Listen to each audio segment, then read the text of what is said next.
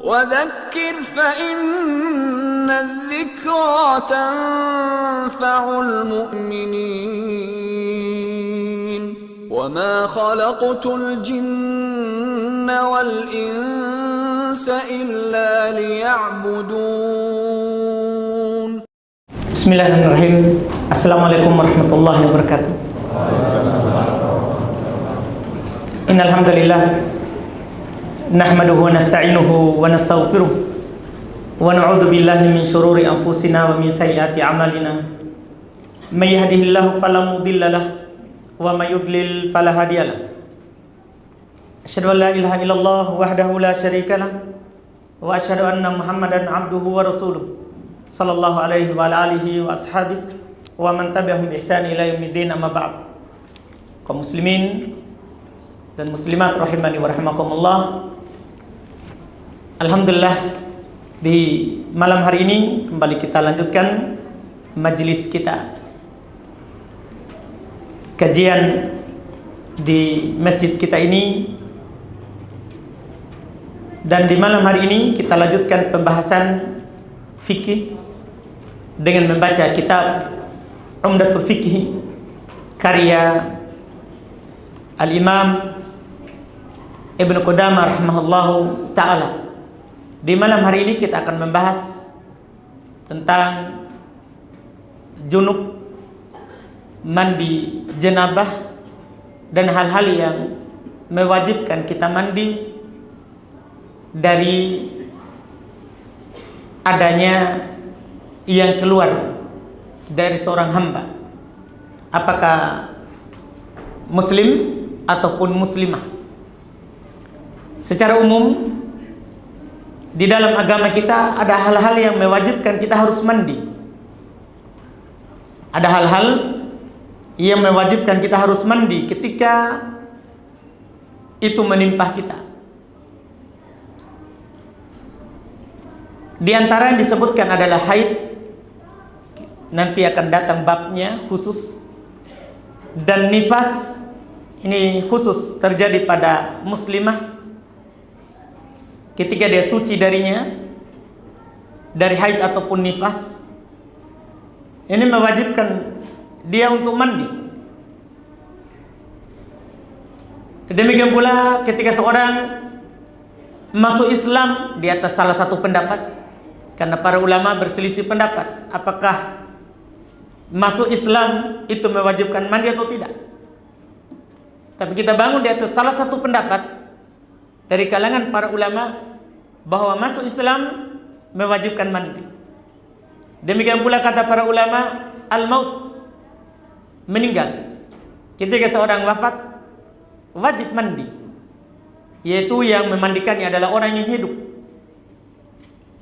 Dan di bab ini, di antara yang mewajibkan mandi, beliau akan tegaskan keluarnya mani.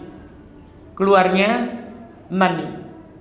Ini yang kita akan bahas, khusus masalah junub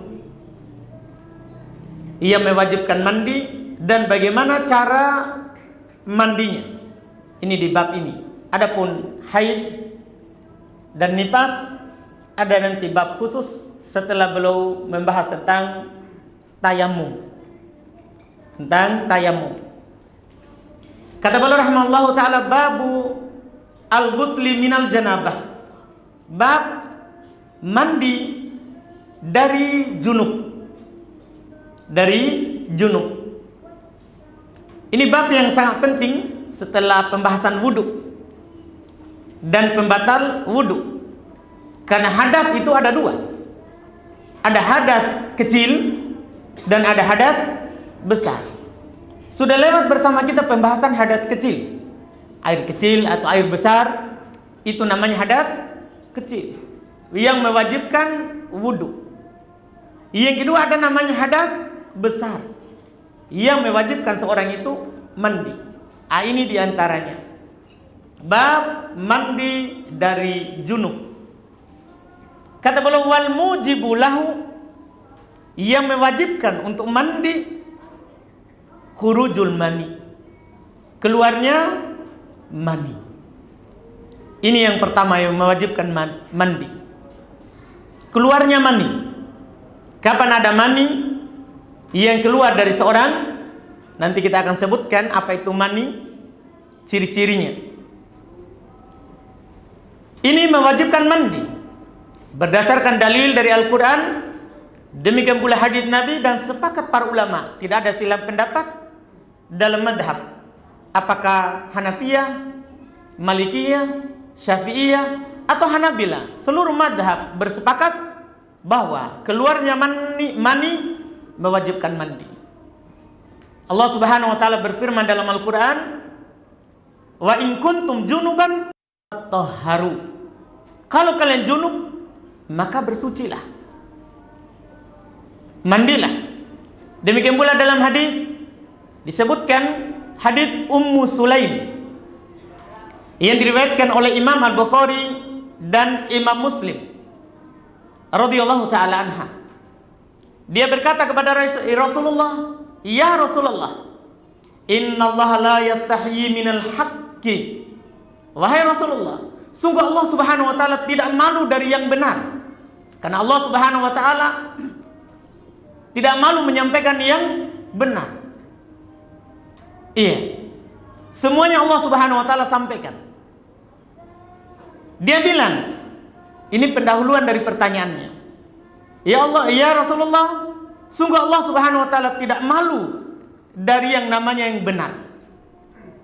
Hal alal mar'ati min guslin. Kenapa ini pendahuluannya? Karena biasanya perempuan malu bertanya terkait dengan masalah yang khusus mereka, terkait dengan mani, haid. Malu, tapi karena ingin tahunya mereka tentang hukum agama, maka mereka tanya. Mereka tanya. Dia katakan Allah tidak malu dari yang benar. Hal alal mar'ati min guslin idah talamat. Apakah wajib bagi seorang wanita untuk mandi kalau dia mimpi basah? Mimpi basah artinya dia mimpi melihat berhubungan, ya, atau tidak mimpi sama sekali tapi keluar. Sebagaimana sebentar kita akan jelaskan. Tapi dia bertanya, apakah seorang perempuan itu wajib mandi kalau dia mimpi basah? Faqala Rasulullah, maka kata Rasulullah menjawab, na'am idza ra'atil ma'. Iya, kalau dia lihat air. Kalau dia lihat air. Jadi ini perempuan, kalau dia lihat ada mani keluar, ada air yang ciri-cirinya di atas air mani, wajib mandi. Demikian pula laki-laki. Ini dalil hadis yang menunjukkan bahwa kalau ada mani keluar, wajib mandi. Sekarang apa itu mani? Ciri-cirinya. Kata beliau rahimahullah, wa huwal ma'ud dafiqu. Mani itu adalah air yang keluar dengan dafiq, keluar dengan tadapuk, syiddah, ya, alirannya keras, deras keluarnya, iya, bersemangat keluarnya. Ini air mani. Ciri-cirinya ini disebutkan dalam Al-Quran. Ketika Allah Subhanahu wa taala menjelaskan asal penciptaan kita manusia, kata Allah, "Falyanzuril insanu mimma khuliqa." Khuliqa min ma'in dafiq. Hendaklah seorang itu dia melihat dari apa dia dicipta. Dia dicipta oleh Allah Subhanahu wa taala min ma'in dafiq, dari air yang dafiq, yang keluar dengan terpancar dari seorang laki-laki. Iya, ini ciri-cirinya. Dan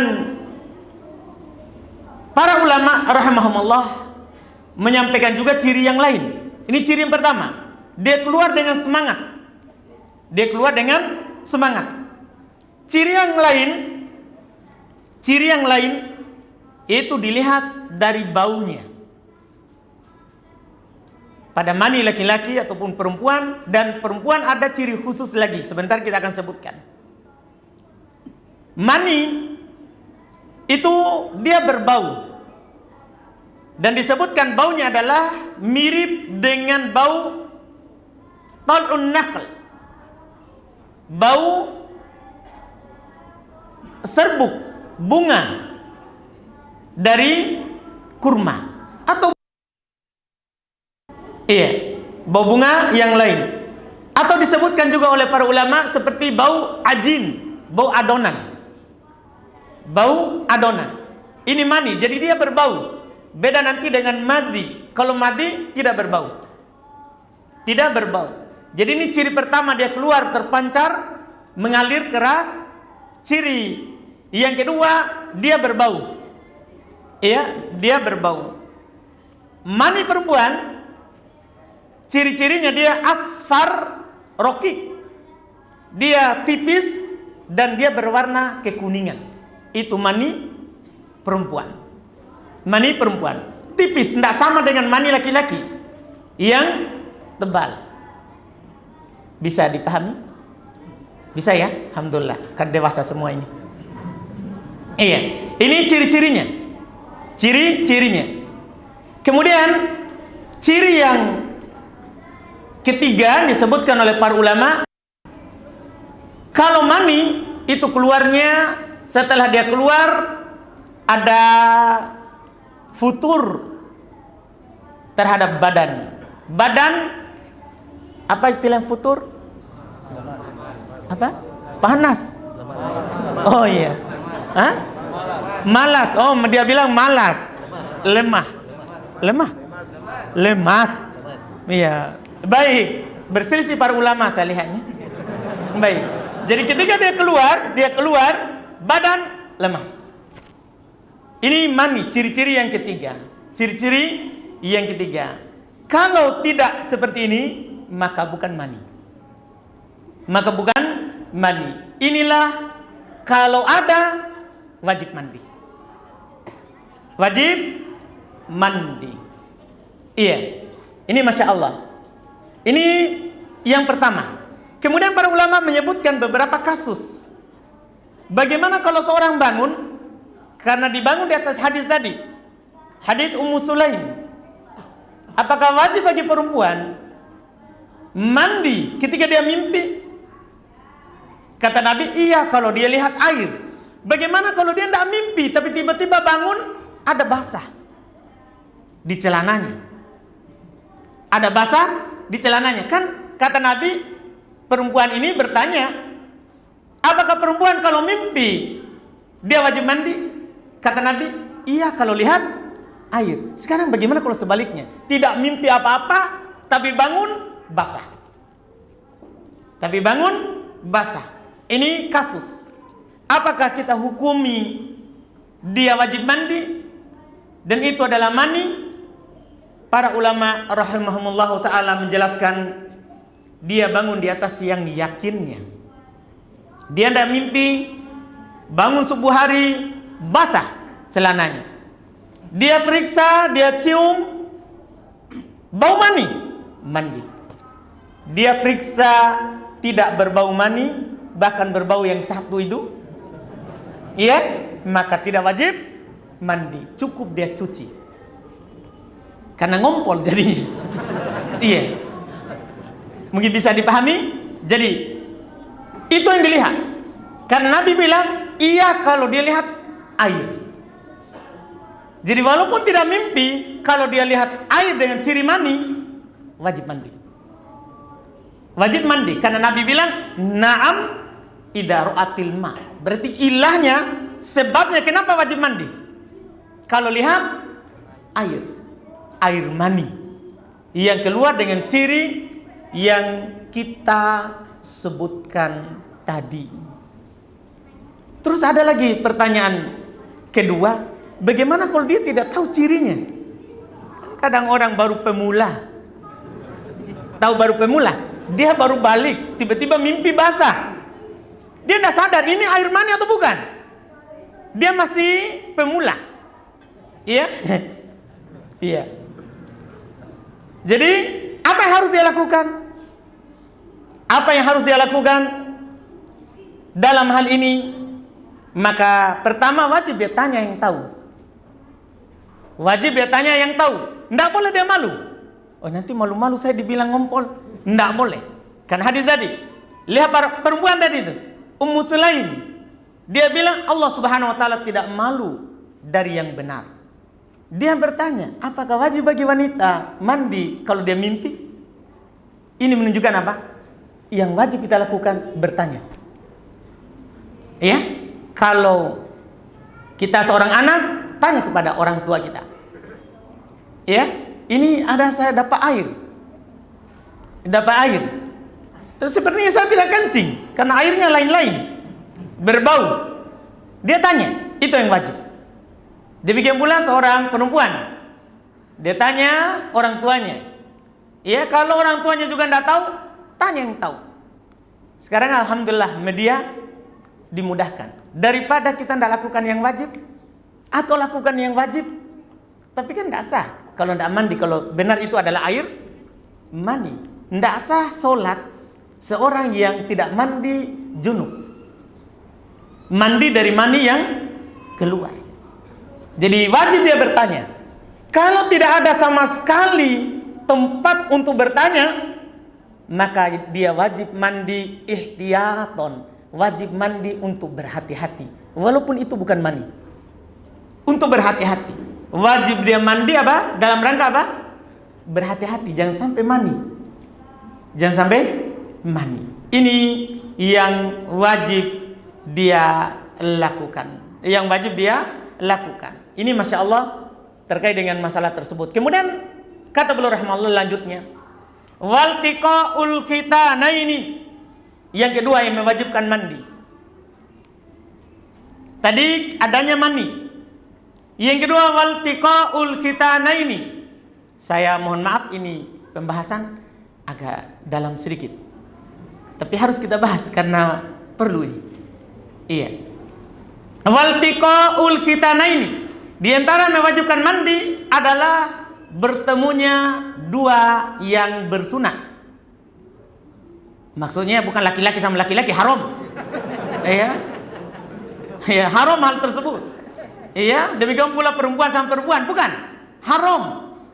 Itu perbuatan yang keji, perbuatannya kaum Lut yang menyebabkan mereka disiksa oleh Allah Subhanahu wa taala, yang siksaan itu tidak pernah orang sebelum mereka disiksa dengan itu. Itu dengan cara Allah binasakan mereka di balik buminya. Di tempat mereka berpijak, diangkat naik ke atas, kemudian dibalik ke bawah. Karena disiksa sesuai dengan perbuatan mereka, fitrahnya sudah terbalik. Asalnya laki suka perempuan, mereka laki suka laki, perempuan suka perempuan. Itu tidak boleh, tidak boleh. Ini maksudnya bertemunya dua khitan, laki dan perempuan. Bertemunya dua yang telah disunat. Karena dalam hukum Islam, laki-laki wajib disunat, wajib disunat. Perempuan sunnah disunat, sunnah disunat. Kapan ketemu ini dua yang berkhitan, wajib mandi. Bahkan kata para ulama, walaupun pakai alas. Ya, walaupun pakai alas, karena ini kadang terjadi. Ya, misalnya seorang tidak pengen hamil, ya dia pakai alas.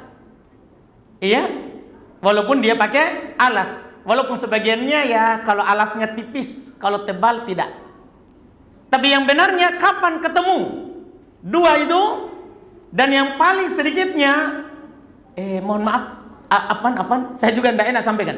Yang paling sedikitnya itu yang sudah terpotong kulitnya masuk, wajib mandi, walaupun tidak keluar air, cukup masuk, timba di ember, selesai. Wajib mandi, walaupun dia tidak ambil airnya, wajib mandi. Ini berdasarkan hadis dari Nabi kita Muhammad sallallahu alaihi wasallam yang sangat banyak diantaranya apa yang diriwayatkan oleh Imam Muslim rahimahullah. Kata Nabi SAW, idza jalasa baina syu'abihal arba'i wa massal khitanul khitana faqad wajabal ghuslu wa fil labdin wa illam yunzil. Kata Nabi SAW, apabila salah seorang dari kalian sudah duduk di atas cabang yang 4, cabang 4 ini ya kinayah dari jima, kinayah dari berhubungan badan. Ya, para ulama berselisih pendapat apa maksudnya cabang yang 4. Ya, ada yang mengatakan kedua tangan dan kedua kaki, ada pokoknya nggak usah diperinci itu. Yang jelas ini adalah kinayah untuk apa? Jima. Apabila seorang telah duduk di atasnya, ya dalam lafaz dikatakan tsumma jahadaha, kemudian dia bersungguh-sungguh. Ya, wa massal khitanul khitan, yang bersunat menyentuh yang disunat juga, faqad wajabal ghuslu, maka sungguh wajib mandi.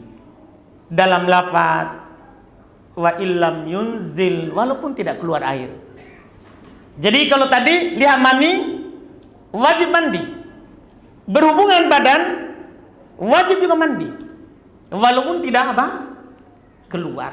Walaupun tidak keluar. Ini yang kedua berdasarkan hadis yang kita baca tadi itu. Ya, berdasarkan hadis yang kita baca tadi barusan. Ini selesai 2 perkara yang mewajibkan mandi junub. Jadi setelahnya disebut dengan mandi junub. Kalau itu terjadi, keluar mani wajib mandi junub. Ketemu 2 yang bersunat wajib mandi junub, walaupun tidak keluar. Walaupun tidak keluar. Setelahnya masih bisa? 3? Baik. Kemudian kata beliau rahmatullah, sekarang mulai mandi. Wal wajibu an-niyah. Wal wajibu fihi an-niyah. Ketika itu sudah terjadi, kita mulai mandi. Yang wajib ketika seorang mandi, niat. Ini adalah pendapat mayoritas ulama dari kalangan Imam Malik, Imam Syafi'i, Imam Ahmad. Tidak ada yang menyelisih kecuali Abu Hanifah. Belum pandang niat di dalam mandi junub sunnah. Artinya kalau ada orang langsung mandi tanpa niat, sah menurut Abu Hanifah. Tapi pendapat beliau lemah karena pendapat Imam Malik, Imam Syafi'i dan Imam Ahmad, mereka berdalil dengan hadis yang sahih. Hadis riwayat Imam Al-Bukhari dan Imam Muslim dari Umar ibn Khattab radhiyallahu taala anhu, kata Nabi sallallahu alaihi wasallam, innamal a'malu binniyat wa innamal likulli imri'in ma nawa. Tiada lain amalan itu tergantung pada niatnya, dan setiap orang akan mendapatkan apa yang ia niatkan. Artinya kalau kita tidak berniat, hanya mandi saja, tidak ada niat untuk mandi junub, maka tidak ada mandi. Tidak ada mandi, tidak sah. Tidak sah. Jadi yang wajib pada mandi harus niat. Itu yang wajib. Yang kedua, wa ta'mimu badanihi bil ghusli. Ini yang wajib. Meratakan seluruh badan dengan air. Adapun nanti tambahan berwudu, itu tambahan sunnah. Yang wajib kita berniat untuk mandi. Kemudian yang kedua, kita siram seluruh badan dari atas kepala sampai di bawah kaki. Ada hadisnya nanti disebutkan ya terkait dengan hal tersebut, yaitu Ummu Salamah bertanya kepada Nabi kita Muhammad sallallahu alaihi wasallam terkait dengan mandi cukup. Terkait dengan mandi cukup, dia bertanya apakah seorang perempuan ketika mandi junub harus membuka kepangan rambutnya. Kata Nabi sallallahu alaihi wasallam, innama yakfiki an tahthi ala ra'siki salat hasayat fatathurin. Cukup bagi kamu, kata Nabi kepada istrinya, untuk menyiram di atas kepalamu 3 kali, maka kamu telah suci. Artinya tanpa berwudu. Jadi yang wajib adalah kita siram seluruh badan, merata semua air. Itu yang wajib. Kemudian tambahan juga yang wajib, kata beliau rahimahullah, ma'al madmadati wal istinsyaq, bersama berkumur-kumur dan memasukkan air ke hidung. Masalah ini diperselisihkan. Ada 4 pendapat di kalangan para ulama madhab. Apakah ketika mandi junub kita siram seluruh badan, harus kita berkumur-kumur juga dan memasukkan air ke hidung? Berselisih pendapat para ulama. Yang benarnya adalah sebagaimana yang beliau sebutkan, hukumnya adalah wajib. Karena sama hukumnya dengan wudu. Hadas kecil sama hukumnya dengan wudu. Walaupun ada juga ulama berpendapat hukumnya adalah sunnah. Syafi'iyah rahimahullahu ta'ala, mereka mengatakan dalam mandi junub wajib kita berkumur-kumur dan memasukkan air ke hidung. Jadi kalau hanya siram saja, harus berkumur-kumur dan memasukkan air ke hidung. Wajib hukumnya. Dan ini juga yang dipegang oleh orang-orang Hanabilah. Ini yang wajib. Niat menyiram seluruh badan, kemudian berkumur-kumur dan memasukkan air ke hidung. Selain itu adalah sunnah. Ini mungkin akan kita ambil nanti di pertemuan berikutnya. Karena setelahnya adalah cara mandi junub. Mandi junub ini ada dua cara, ada cara sempurna dan ada cara cukup. Insya Allah di pertemuan yang akan datang.